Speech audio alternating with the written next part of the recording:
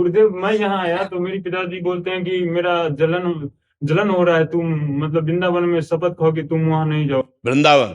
हाँ हाँ क्या बोले हैं बताइए। हाँ, ऐसे माता पिता के बच्चे जो बिगड़ते चले जाते, तो वो सब लेकिन महाराज जी, आपके सत्संग से सकारात्मक प्रभाव है। वो मेरी बिटिया है, स्कूल में हम पिछली बार कुछ ऐसा था कि इसने मुझे आते ही रिपोर्ट किया कि क्लास में ऐसा होता है, और वो उसमें उसके साहस की आपके सत्संग से आया महाराज हम जी। इसीलिए बच्चों से प्रार्थना करते, जैसे स्कूल के बच्चे आते हैं, कि अपने मम्मी पापा को फ्रेंड की तरह, दोस्त की तरह उनसे बात करो। बिल्कुल डरने की जरूरत नहीं। हमारे पापा है, हमारी मम्मी है यार, वो हमें बहुत डांट सकते हैं, लेकिन वो सीरियस मैटर को वो समझ सकते हैं। हमारे बड़े जन हैं, वो हमें संभाल सकते हैं, हमें बचा सकते हैं। अगर ऐसा नहीं तो अब देखो, वो पिता जो सतमार्ग में जाने के लिए कह रहा कसम खाओ, सतमार्ग के लिए, असत मार्ग के लिए कसम खानी चाहिए। बेटा कसम खाओ कि ऐसे गंदे बच्चों का संग नहीं करोगे, जो शराब पीते हैं, जो व्यभिचार करते हैं, जो ऐसे वो यही तो समस्या है कि माता पिता अगर चरित्रहीन है तो कैसे संभाल पाएंगे बच्चों को। वही हाल हो रहा है ना, पीढ़ी। हाँ, तो इसलिए आज समय तो बहुत विचित्र हो रहा है, लेकिन आज हम प्रणाम करते हैं समाज को कि ऐसे कलयुग के समय में भी लाखों सत्संगी हैं। आपके सत्संग आपको ही आता है। आप लाख नहीं, श्रेय इस समाज को जाता है कि बाबा जी की बात मान रहे हैं। यार लाखों नौजवान भाई हैं जो मतलब बात मान करके अपने आप को सुधार की तरफ ले जा रहे हैं, और ये बहुत हानिकारक है। देखो तो गुरुदेव हमको तकलीफ इस बात का है कि मेरे पापा बोले कि वृंदावन नहीं जाना है, शपथ खाओ। अब हमको आने का मन होगा तो ये शपथ तोड़ देंगे। बिल्कुल तोड़ देना तुम, ये गंदी बात की शपथ नहीं मानी जाती है। हम पापा से करते थे तब उनको बोलता ये सब होता है। जब आपका सत्संग सुन के सुधार कर दिए, मतलब फिसल गए। यार पता नहीं तुम यार पूर्व जन्म में कैसे भजनानंदी आदमी हो कि ऐसी जगह जन्म लिए। नहीं तो देखो मतलब बहुत विरोधी बात है। तुम इतने सज्जनता की तरफ बढ़ रहे हो, तो माता पिता को सुख होना चाहिए। बाबा जी बनने के लिए नहीं हम कह रहे, लेकिन सज्जनता तो होनी चाहिए ना, गंदे आचरण नहीं होने चाहिए। गंदे आचरण हो चुके हैं, उसका बिल्कुल, कपड़ा गंदा हो जाए तो क्या साबुन नहीं है क्या धोने के लिए? लेकिन सत्संग सुनने के बाद भी अगर फिसल गए तो फिर भी चिंता मत करो, कुश्ती लड़ने वाला ही दांव में चूकता है, फिर हम आगे तैयार होंगे। कमजोरी नहीं, 1000 बार गिर जाओ तो भी तैयार हो जाना है। चिंता गलाए जा रहे हैं हमको। नहीं, चिंता मत करो यार, नाम जप कर। बुत्सा संपन्न मदीर्घ सूत्रम क्रिया विधेयज्ञम व्यसन स्वशक्तम सूरम कृतज्ञम दृढ़ सौहृदंच। फिसला तू ही है, तू ही खड़ा होगा, तू ही पैर जमाएगा, तू ही रौंद के निकल जाएगा। मेरी बात मान, हारने की जरूरत नहीं। तू भगवान का अंश है। बन सकता हूँ गुरुदेव, वीरवान। हम भगवान के अंश हैं। चिनगारी, अगर सही ढंग से चिनगारी को सजाया जाए फूस डाल के, तो ज्वाला बनने में देर लगेगी क्या? हम उसी ज्वाला की चिनगारी हैं, जिसे परमात्मा कहते हैं, जिसे ईश्वर कहते हैं, उसी की चिनगारी हैं। तो चिनगारी को आप चिनगारी मत रहने दो। अगर चिनगारी एक बूंद पानी से बुझ सकती है, तो चिनगारी को अनुकूल अगर फूस मिल जाए तो ज्वाला बनने में देर नहीं लगेगी। ये तू चिंता मत कर, बस गंदी दृश्य देखना बंद कर मोबाइल से, और गंदी हरकत करना बंद कर, और दंड बैठक मार, 2-3 किलोमीटर दौड़, सात्विक भोजन कर, सत्संग सुन, नाम जप कर, देख तेरे जीवन में प्रकाश आता है। जब आपका सत्संग सुनते हैं तो मेरी माँ बोलती है मोबाइल ही फोड़ देंगे। मोबाइल फोड़ देंगे? हाँ तो सुन, अब हम उसका उपाय बता रहे हैं। सुन, जब उनके बीच में रहो तो सुनो ही मती सत्संग। और कान में ऐसे सत्संग आजकल लगा है, कोई पूछे क्या सुन रहे हो, कहते फिल्मी गाना सुन रहे। भैया झूठ से झूठ को निकाल दो। जैसे कांटा लगता है तो कांटे जैसी आकृति से कांटा निकालते हैं। ये संसार झूठा है, इसको झूठे देखो। एक बार विभीषण जी के मकान में लिखा था राम राम राम। रावण को शिकायत पहुंची कि आपके शत्रु का नाम तो आपका भाई लिखे। तो रावण मंदोदरी के साथ वहां पहुंचा। उन्होंने कहा ये राम हमारा दुश्मन, तुम उसका कैसे लिखे हो? बोले उनका थोड़ी नाम लिखे, तो रा से रावण, मां से मंदोदरी, आप दोनों का नाम लिखे। मुस्कुरा दे, चल दिए। भगवान के मार्ग में चलने के लिए झूठे संसार को झूठ से बहला के निकल चलो। अब जैसे हम रो रहे हैं भगवान के लिए, अगर हम किसी से बताएंगे भगवान के लिए रो रहे हैं, तो हमारा भाव हट जाएगा। तो रो काहे के लिए? आज थोड़ा दर्द है, हम उसे बहानेबाजी कर देते हैं, हम उसे झूठ बोल दे। वो झूठ नहीं, किसी का प्राण ले रहा हो झूठ, किसी का अपहरण धन कर रहा हो झूठ, किसी को कष्ट दे रहा हो झूठ, उस झूठ से बचना है, जिससे कि हमारा झगड़ा बच जाएगा और हमारा भजन बच जाएगा। अगर हम कहते कि हम वृंदावन जाएंगे, हम भजन करेंगे, हम सत्संग सुनेंगे, तो अभी कलह हो जाएगी। सत्संग नहीं सुनना, पक्का नहीं सुनेंगे। और जब एकांत में कान में लगा के सत्संग सुन लिए, भगवान का नाम अंदर अंदर जप कर रहे हैं। कभी अवसर मिला, लोग जाते दुनिया में मनोरंजन करने, तुम भाग के एक दिन वृंदावन आ जाओ। भाग भाग के आए? 5 बार आ गए वृंदावन। अरे बड़ी कृपा है बच्चा, यहाँ एक बार भी आना मुश्किल है। श्री राधिका कृपा बिन सबके मननगम, श्री जी की आपके ऊपर कृपा है। बिना गलती हुई आप नहीं करेंगे, आप पर वो सब माफ हो जाएंगे। हमारी बात सुन रहे हो ना? हम नहीं कह रहे, हमारे भगवान कह रहे हैं। सर्वधर्मान परित्यज्य मामेकम शरणम ब्रज, अहम त्वाम सर्व पापेभ्यो मोक्षयिष्यामि मा शुचा। जो गलती हो गई है, देखो कहीं ना कहीं हमसे अज्ञान से गलती हुई। हम भले ज्ञानी बनते हैं कि हमें पता था कि नहीं होना चाहिए, पर वास्तविक हमें ज्ञान नहीं था, हमसे गलती हो गई, तो भगवान कृपालु हैं, वो क्षमा कर देंगे। नाम जप करो। नाम जप जानते हो, वो बोर्ड जैसे लिखा हो उसको मिटाने वाले को क्या कहते, डस्टर। नाम जप डस्टर है, ऐसे मिटा देगा साहब। नाम संकीर्तनम यस्य सर्व पाप प्रणाशनम। हम कोई बात मनमुखी नहीं कहते, तस्मात् शास्त्रम प्रमाणम। नाम संकीर्तनम यस्य, तुम्हारे हृदय रूपी बोर्ड में जो पाप लिख गया है, ये डस्टर की तरह मिटा, डिलीट कर देगा। भूल ही नहीं पा रहा हूँ पाप जो हुआ है। नाम को पकड़ो तो भूल जाओगे उसे। नाम को याद करो, राधा राधा राधा राधा, ठीक है। और जब जब पाप की वो बात याद आवे तो भगवान से प्रार्थना करो, प्रभु जब तक वो नष्ट नहीं होगा तब तक वो याद आता रहेगा, और जिस दिन नष्ट हो जाएगा दोबारा याद नहीं आएगा, ध्यान रखना। तो नाम जप करते रहो। राधा मिलेगा गुरुदेव, हम आप ही के पास आएंगे। अब मेरा पापा शराब भी दे दे तो हम शराब दे देगा, बुझ लगता है हमको। श्राप दे देगा तो तब भी आऊंगा। यार श्राप और वरदान देने के लिए पावर चाहिए, वह पावर है तो श्राप वरदान देने के लिए पावर चाहिए, वह पावर। राधा राधा जब, और ऐसे माता पिता के भी पैर छू, तब हमारा तुम मित्र कहलाएगा। हमारे दोस्त तभी कहलाओगे जब वो हमारी निंदा करें, हमें गाली दें, और तुम झुक के उनके पैर छू के कि गुरु की आज्ञा है, महाराज जी की आज्ञा है, पैर छुओ उनके, और कह दो जैसा आप चाहते हो वैसा ही चलने की कोशिश करूंगा, थोड़ी बाड़ी कुछ अगर गलती लगे तो क्षमा करो। ये हमारे संग का असर हो। ये थोड़ी होगा तुम खींच के थप्पड़ मार दो जवान हो, ऐसा नहीं, कभी मत करना। उनमें भगवान की भावना करो, वो तुम्हें गाली दें, हमें गाली दें, अच्छे से चलो। सतमार्ग को जो गाली देता है वो बेचारा दया का पात्र है। आप सोचो दया का पात्र कि नहीं? तो छोटा बच्चा जिसे गाली दे तो क्या करेंगे, हंस देंगे। ऐसे वो छोटे बच्चे हैं, चाहे 70 साल के बूढ़े हो। अज्ञानी क्या है, ज्ञानी के सामने बालक के समान है, तो वो बालक के समान देखा जाता है, उसका विरोध नहीं किया जाता है। अंदर अंदर से प्यार मत रखो, अंदर प्यार करो प्रभु से, और बाहर से व्यवहार ऐसे रखो।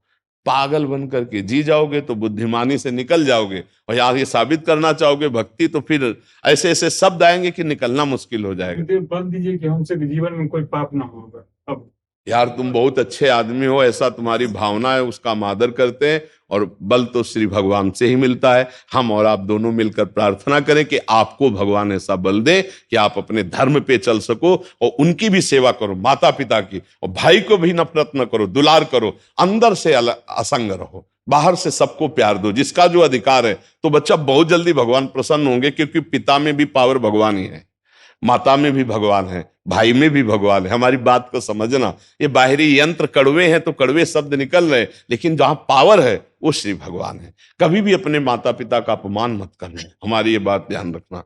और कभी भी ऐसी परिस्थिति आवे तो तन मन प्राण मेहनत चाहे लेबरी करनी पड़े, पैसा कमा के अपने माता पिता की सेवा करते हुए नाम जप करना। भले मेरे पास मत आना, तो ये देखोगे हम तुम्हारे साथ रहेंगे। अगर उनको पैसे की जरूरत है, तुम मेहनत करके वो पैसा जो यहाँ आने में लगाओगे उनको लगा दोगे ना, तो ये तुम देखोगे हम तुम्हारे दिमाग में बैठे मिलेंगे, तुम्हारे भाव में बैठे मिलेंगे। संतों का सानिध्य यहाँ से होता है, यही तुम्हें लगेगा गुरुदेव यहीं बैठे दिमाग में ना।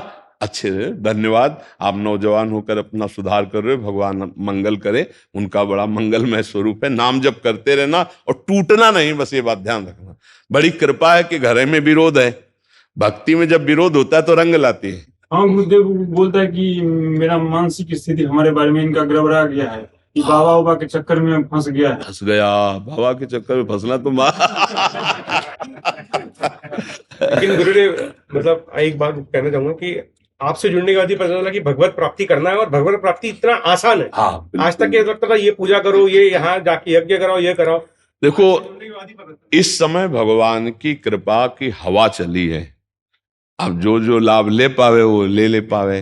देखो, चक्कर में फंसाने का तो तात्पर्य तब होता जब हम कोई जंतुर तुमसे बांधते, कोई पैसा लेते, कोई राख बांधते, कोई किसी भी तरह का स्वार्थ का व्यवहार होता। गलत तुम करोगे तो हम तुम्हें टोक देंगे, सही चलोगे, तुम्हारी जैसी बुद्धि शुद्ध सबकी हो जाए, हम यही चाहते हैं। नशा न करे, गंदी बात न करे, और जो गंदी बात हो गई उसके लिए जले और उसका सुधार करे कि ऐसा नहीं। तुम्हारी बुद्धि नहीं खराब, बुद्धि शुद्ध हो रही तुम्हारी। अब ये है कि इस मार्ग के पथिक को संसार कड़ुआ लगता है और संसार वाले मार्ग को इधर का कड़ुआ लगता है। तो इसलिए भगवान की कृपा, धैर्यपूर्वक चलो। अपनी बात किसी से कहो मत।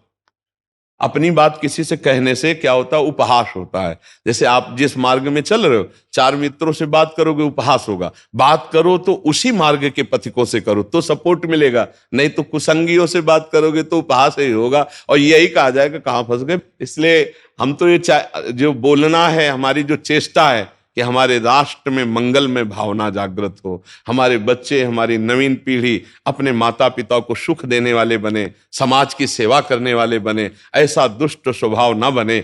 यही हमारा प्रयास रहता है कि जीव का परम मंगल, परम कल्याण हो। अब ये है कि जो विपरीत बुद्धि वाले हैं उनको तो हम बुरे लगेंगे ही। माता पिता से असहमति बनी हो किसी बात पे, फिर क्या करना चाहिए? उनका अनादर करके हमें लगता हो वो चीज सही है तो वही करनी चाहिए, या नहीं बच्चा, हमें लगता है सही ये बात नहीं देखनी है। हमें ये देखना है कि शास्त्र और संत जनों के द्वारा वो बात प्रमाणित है कि नहीं। हमें अपना सही नहीं देखना। तस्मात् शास्त्रम प्रमाणम ते कार्याकारो व्यवस्थितो। देखो, प्रहलाद जी को सजा करके जब माता ने भेजा तो साष्टांग दंडवत किया हिरण्यकश्यप को, तो गोद में बैठा लिया। उनका बेटा, सबसे प्यारी चीज तुम्हें क्या, वो मैं आज देना चाहता हूं। तो उनका पिताजी, सबसे प्यारी चीज है भगवान श्री हरि के श्रवणम, कीर्तनम, स्मरणम, विष्णुर पाद सेवनम, अर्चनम, वंदनम, दास्यम, सख्यात्म समर्पणम।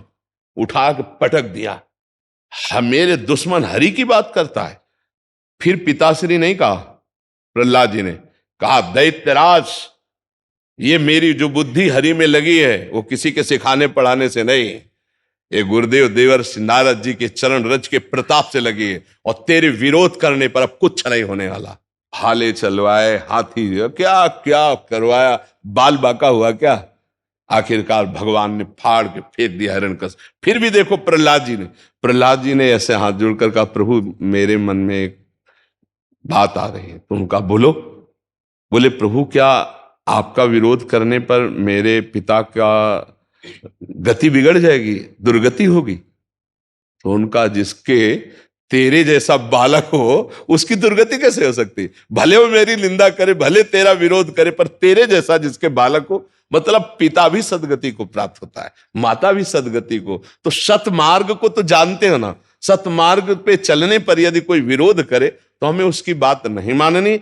असत मार्ग में चलने पर यदि हमें सपोर्ट करे तो हमें उसकी बात नहीं माननी। जैसे कि बात ले लीजिए कि अगर हम जैसे घर में कोई व्रत त्योहार है, कुछ दान देते हैं, इस पर हम नहीं बोलेंगे, इस पर नहीं बोलेंगे। तुम्हारा अधिकार नहीं देने का। अगर माता पिता मना करते हैं तो तुम्हारी संपत्ति नहीं, तुम्हारा अधिकार नहीं देने। और हम इस बात पर सपोर्ट भी नहीं करते। हम दान वान की बात कभी नहीं करते, कभी ये सब बाहरी बातें हैं। दान की बात है श्वास। दान हमें किसी गरीब जरूरतमंद नहीं, पहली बात, तुम्हारा अधिकार नहीं है, अधिकार नहीं। जब तुम अधिकार युक्त होगी तब तुम्हें उस बात को उपदेश हो जाएगा। अभी तुम माता पिता के अधिकार में हो। गरीब को देना ना देना ये माता पिता जाने। हमारा कर्तव्य है हर श्वास में नाम जप करते हुए अपने चरित्र को पावन रखते हुए आगे उन्नति के मार्ग में बढ़ना। जब हम 10 रुपए कमाने लगेंगे तब उसमें सोचेंगे कि 2 रुपए हम किसी गरीब को दे दें, अभी माता पिता की संपत्ति से नहीं। ऐसा नहीं करना चाहिए।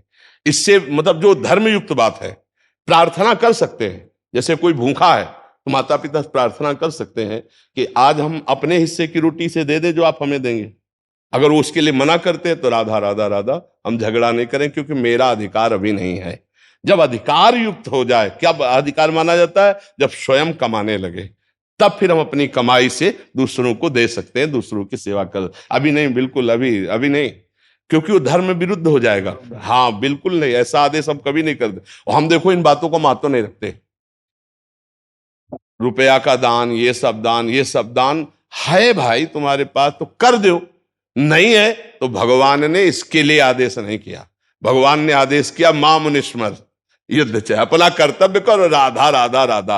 अब हमें दिखाई दे रहा सामने वाला भूखा है, तो 4 रोटी हमारे पास है, बन जाएगा तो 2 उसको खवा देंगे, 2 हम पालेंगे, और ज्यादा भूखा है तो आज हम भूखे रह जाएंगे, उसको दे देंगे। हम इस बात को सपोर्ट करते हैं कि आपके पास 100 रुपया है, सब्जी लेने जा रहे हो, कोई आपको बीमार दुखी दिखाई दे रहा है तो आज हम नमक रोटी खा लेंगे, 100 रुपया को उसको औषधि करा देते हैं। हम इसका महत्व देते हैं। हम और सब बातें वो जब आप कमाने लायक हो।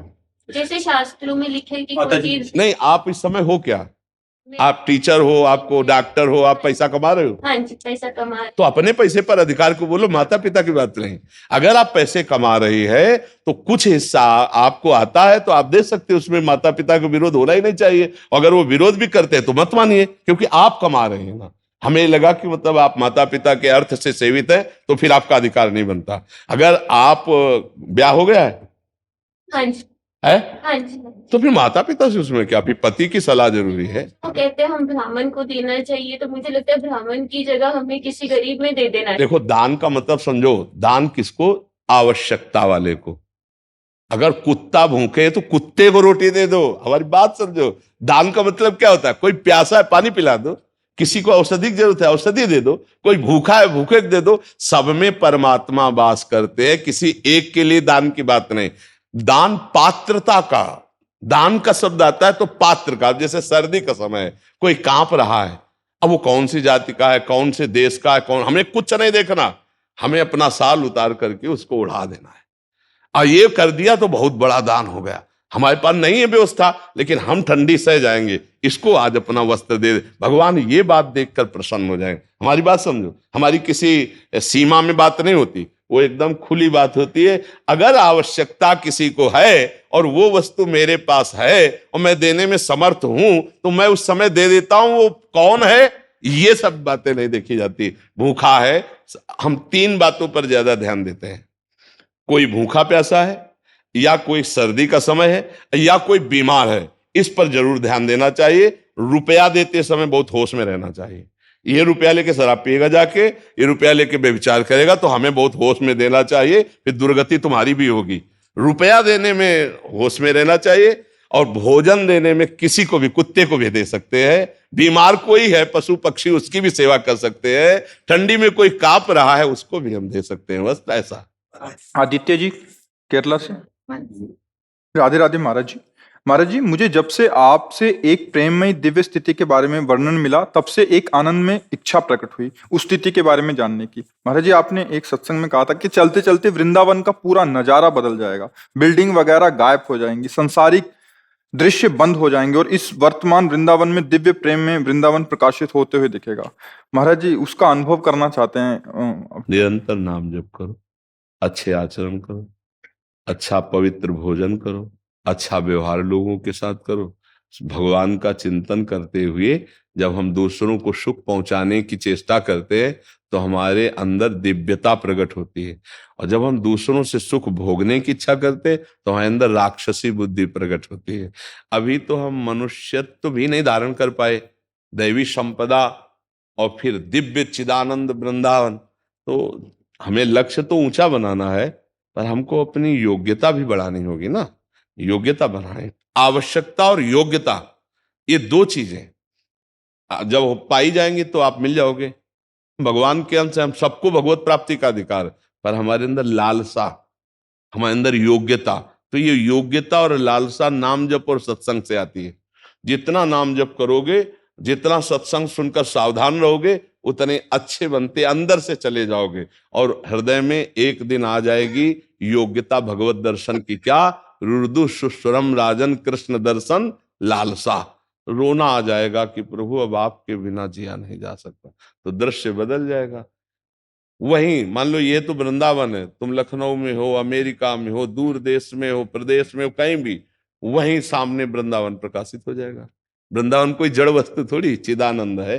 पर हमारी देखो, गीता वाटिका में बैठे बैठे राधा बाबा पूज्य भाई जी महाराज देख रहे हैं ना दिव्य वृंदावन की लीला, तो कैसे, नाम जप से। नाम जप जितना बढ़ाते चले जाओगे, अच्छे आचरण और नाम जप, तो फिर दिव्यता आती चली जाएगी। ये आपकी पोशाक है, ये आप नहीं है शरीर, आप भगवान के दिव्य अंश है। तो जब नाम जप करोगे, ये राग खत्म होगा शरीर का, भोगों का, तो आप जो दिव्य हैं वही आपको प्रकाशित, और उसी में सब कुछ भरा हुआ है। आपका जो दिव्य भगवत स्वरूप है वही वृंदावन को देख सकता है, ये पार्थिव शरीर नहीं। तो जैसे इन्हीं नेत्रों से देखने का है तो इन्हीं नेत्रों में दिव्यता आ जाएगी, अंदर के नेत्र हृदय के खुले और इन्हीं नेत्रों में वृंदावन प्रिया प्रीतम, अचानक घटना घटेगी, दृश्य बदला और दिव्य भगवान के रूप और भगवान की शोभा, उनका धाम, ये सब। पर उसके लिए नाम जप रूपी खजाना बढ़ाओ और चरित्र अच्छा रखो। चरित्रहीन गंदे व्यक्ति को ये सब भावना नहीं जागृत होती, पवित्र हृदय में भावना। तो खूब नाम जप, देखो भगवान के निर्मल जन मन सो मोहि पावा, मोहि कपट छल छिद्र न भावा, भगवान कह रहे हैं। तो मन को निर्मल करने के लिए बढ़िया नाम है, और नाम में रुचि हो, कैसे बनकर नाम जपा जाता है, ये सत्संग, रोज रोज सत्संग सुनो, नाम जप करो, धीरे धीरे आगे आ जाए। हिमांशु जी। राधे राधे गुरु जी। राधे राधे महाराज जी, प्रणाम। महाराज जी, क्या प्रभु को गुरु मानकर नाम जप करने से भाव देह की प्राप्ति हो जाएगी? भगवान को जब आप गुरु मानेंगे और नाम जप करेंगे तो आपको निश्चित प्रगट गुरु को सानिध्य दिवा देंगे, वो निश्चित आगे का काम वो कर देंगे, तुम्हें चिंता नहीं करनी। भगवान ही गुरु है, गुरु ही भगवान है। देखो प्रगट में तुम्हें कैसे गाइड करके चलाना है, कैसे डांटना है, कैसे प्यार करना है, कैसे दुलार करना है, ये भगवान अव्यक्त रूप में नहीं कर सकते, प्रगट रूप में ही होता है। जब तक प्रगट रूप में आपको मंत्र नहीं मिलेगा, प्रगट रूप में आपको गाइड नहीं मिलेगा परमार्थ का, भावदेह की प्राप्ति का, तब तक आप कैसे प्राप्त कर पाएंगे? अगर ऐसा होता तो स्वयं संदीपनी जी को गुरु बनाकर चरणों में बैठे, जिनकी श्वासों से वेद प्रकट हुआ है। उन्होंने स्वयं विश्वामित्र जी को गुरु बनाया, उन्होंने स्वयं वशिष्ठ जी को गुरु बनाया, कृष्णावतार में संदीपनी जी को गुरु बनाया। तो हमको चाहिए कि उनको गुरु मानकर प्रार्थना करें कि प्रगट रूप से गुरुदेव के रूप में मिलो, या हमें वहां पहुंचा दो, या आप आकर हमसे मिल जाओ, क्योंकि प्रगट गुरुदेव की हमें आवश्यकता है। उन्होंने भी प्रगट गुरुदेव बनाया, भगवान ने बनाया ना, इसलिए हमें। महाराज जी ये कह रहे थे कि अपने भाव के गुरु ना मिले तो क्या भाई जी के बताए मंत्र को जप कर सकते हैं? हाँ बिल्कुल कर सकते हो, भाई जी को गुरु रूप में मान करके विराजमान करें तो भाई जी देखिएगा आपको प्रगट में गुरुदेव रूप में आपको जरूर सानिध्य दिलाई देंगे, क्योंकि ये प्रक्रिया हुई है। ये जो प्रक्रिया आप बता रहे हैं ना, इसी प्रक्रिया से आगे बढ़ा गया है और वो हमको वो सब कुछ प्राप्त करवाया गया जो प्रगट में। क्योंकि जब भाव में प्रवेश होना होता है तो उसमें गुरु कृपा शक्ति काम करती है, अपनी कोई साधना काम नहीं करती है। तो वो कृपा शक्ति प्रगट गुरुदेव की कृपा से होती है। राधा बाबा उपासना में कोई कमी थी क्या? लेकिन प्रगट में जब भाई जी का सानिध्य मिला तभी तो सारा भाव परिवर्तन होता चला गया। नहीं, प्रगट का बड़ा प्रभाव है, क्योंकि भगवान जब प्रगट होते हैं तब का प्रभाव, और भगवान यहाँ अप्रकट बैठे हैं तब का प्रभाव देख लो। जब यहाँ प्रगट होते, जैसे आज रामनवमी है, भगवान आज के दिन अवध में प्रगट हुए थे, तो अगर इस हृदय में भगवान है सबके कि नहीं है, पर प्रगट नहीं है, तो देखो सब सूना पड़ा है। और यहीं जब प्रगट कर लिया जाता है तो परमानंद की बाढ़ आ जाती है। प्रगट का महत्व है। जग में कोई ऐसा कण नहीं जहां भगवान हो। क्या आनंद मिल रहा है क्या? और जाओ बिहारी जी में प्रगट रूप धारण किया तो देखो आनंद बढ़ेगा। दीवाल के देखने से आनंद नहीं बढ़ रहा, यहां भी भगवान है। लेकिन प्रगट में, जैसे हम कहते हैं कि दूध में घी है, पूड़ी बना के दिखाओ, नहीं बनेगी। जब प्रक्रिया हुई तो उसी से घी निकला और फिर पूड़ी बन जाएगी, नहीं आज। ऐसे ही भगवान गुरु रूप हैं, लेकिन हमको जो प्रक्रिया है वो प्रगट में चाहिए। उनका चरण स्पर्श, उनका दर्शन, उनका अनुशासन, उनके नेत्रों का प्यार, उनका गाइड, तभी हम पहुंच पाएंगे।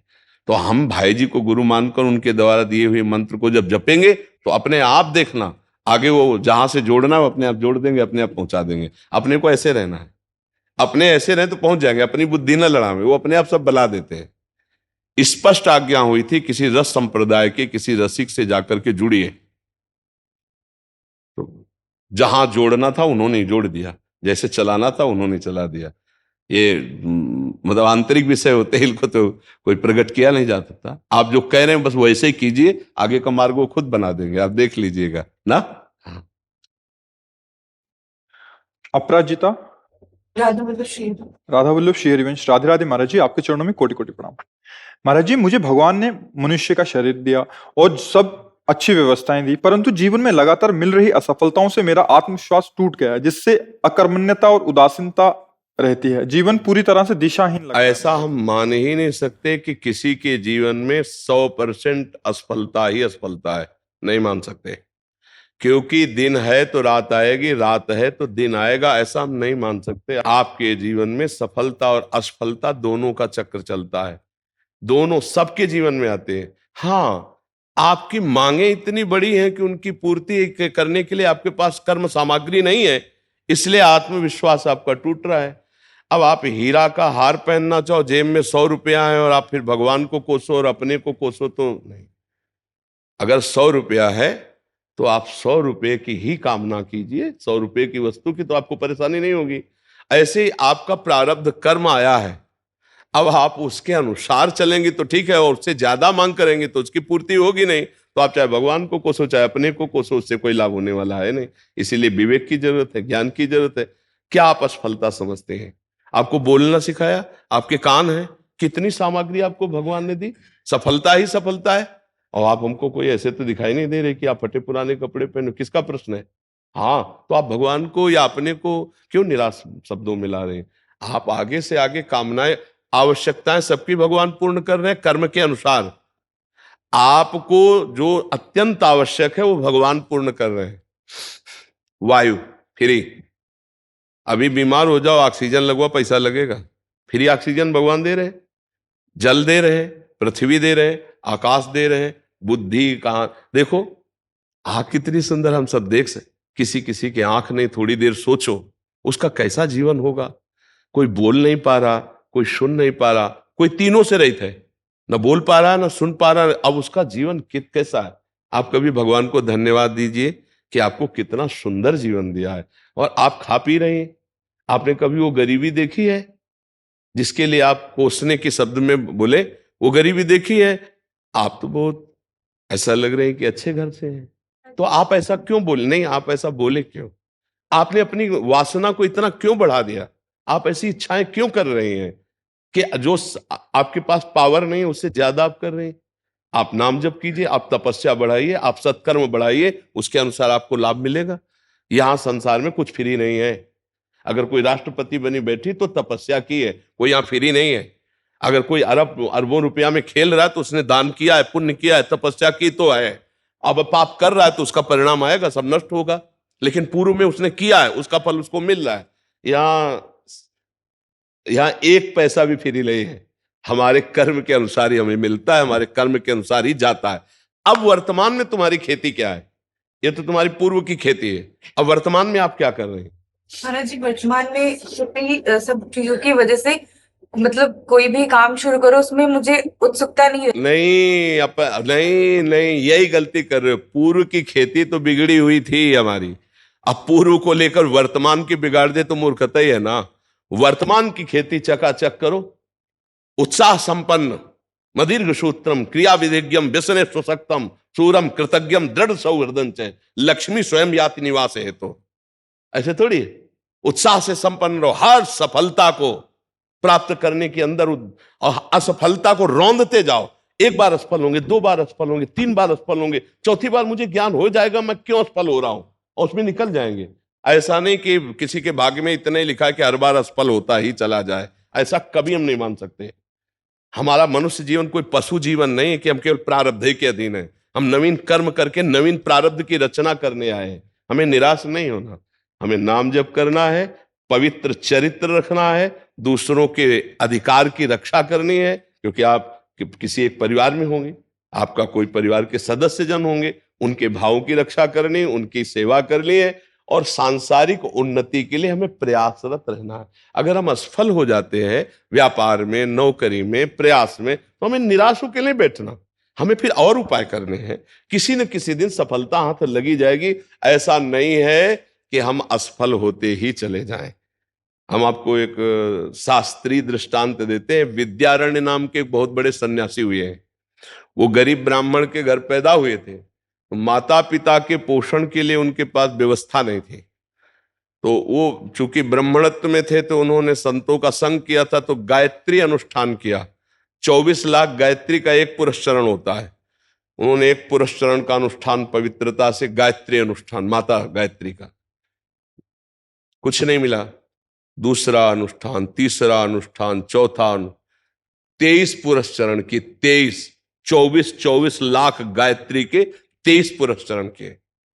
अब माता पिता पधार चुके थे, यौवन अवस्था से ऊपर अवस्था क्रॉस कर गई थी, गायत्री अनुष्ठान करते करते हार गए और उन्होंने सन्यास लिया। जीव ही सन्यास लिया तो आद्याशक्ति देवी गायत्री प्रकट हो गई और उनका बेटा, यहां से लेके ब्रह्म पदवी तक तू मांग, अभी तुझे दे दूंगी। तो उनका माता, अब तो मैं सन्यासी हो गया, जब मैं धन मांग रहा था तब आप क्यों नहीं आई? तो उनका, तुम्हारे 24 ऐसे महत पाप थे, 23 पुरस्चरण से वो सब नष्ट हो गए, एक और बचा था तो सन्यास ले लिया, उससे वो नष्ट हो गया।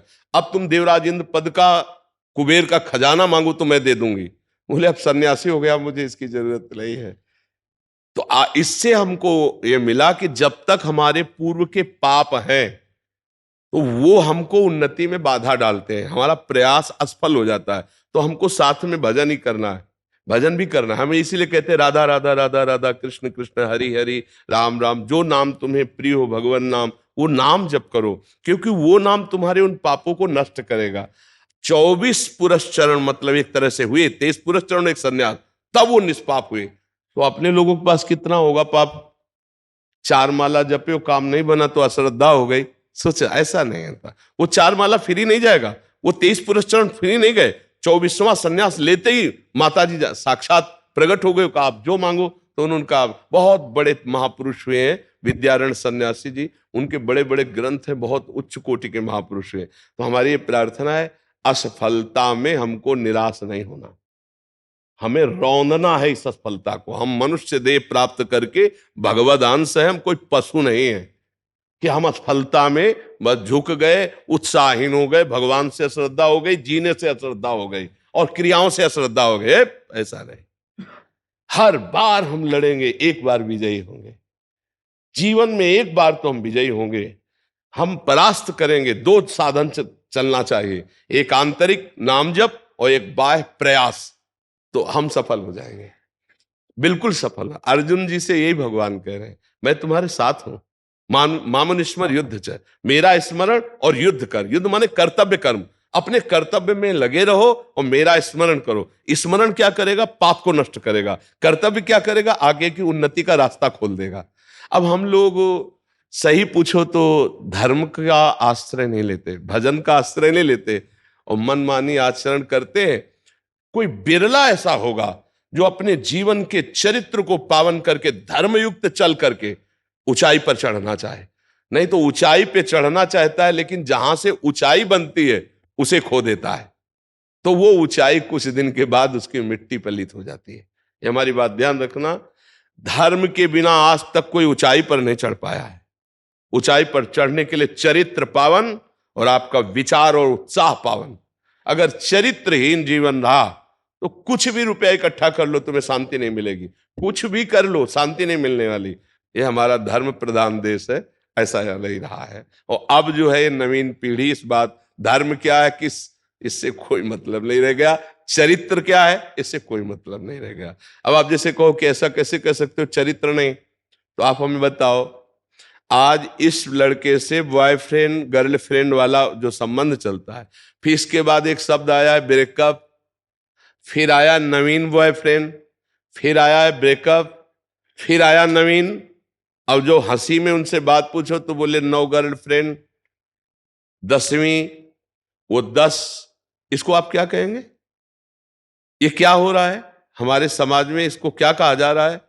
इसको बॉयफ्रेंड गर्लफ्रेंड को कुछ दिमाग में नहीं रखा जा रहा है, लेकिन अपवित्रता का संचार हो रहा है कि नहीं हो रहा? देह अपवित्र, मन अपवित्र, विचार अपवित्र, चरित्र अपवित्र नहीं है। हम मानते हैं दोस्ती करो, मानते हैं, लेकिन एक को स्वीकार करो और माता पिता की सहमति से पाणी ग्रहण करके फिर गृहस्थी धर्म का, तो वो पवित्र जीवन हो जाएगा।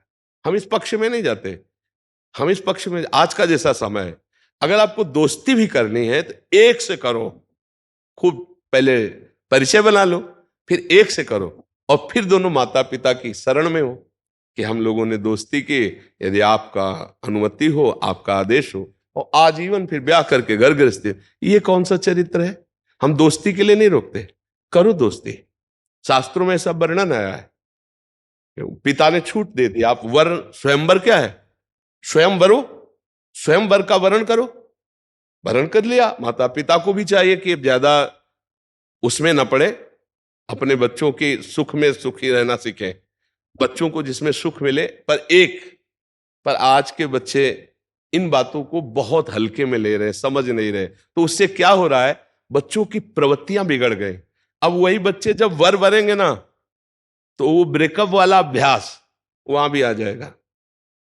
तो ना वो पति पत्नी से आजीवन भाव रख पाएगा, ना वो पत्नी पति से आजीवन भाव रख पाएगा, और दोनों के जीवन व्यर्थ हो जाएंगे। इसलिए हमें लगता है कि अगर चरित्र पावन रखा जाए और हम धर्म पूर्वक चले, नाम जप करते हुए, और अपने कर्तव्य का पालन करें, तो उत्साहहीनता कभी नहीं आएगी। असफलता में भी उत्साहहीनता नहीं आएगी। हम सफलता को एक दिन चूमेंगे, एक दिन उसको प्राप्त करेंगे। हमारी बात को अच्छे से समझ लीजिएगा। प्रश्न तो आपका है, लेकिन लगभग प्रश्न ये सभी का है। ये प्रश्न लगभग सभी का समाज का है, और ये लाखों लोग सुनते हैं, इसलिए हम इसको विस्तार से कह रहे हैं। चरित्र पावन, उद्देश्य महान, नाम जप, कर्तव्य का पालन, विजयी ही होगे कहीं भी हो। पूर्व का कर्म आपको बाधा पहुंचाने के लिए आएगा, तो हमारे पास नाम है, हम उस नाम से उसको मिटाएंगे। जो नाम जप कर रहे हैं ना, उस भजन बल से उसको मिटाएंगे। वो भजन बल से नष्ट होता है, बाहरी व्यवहार से नष्ट नहीं होता है। जी।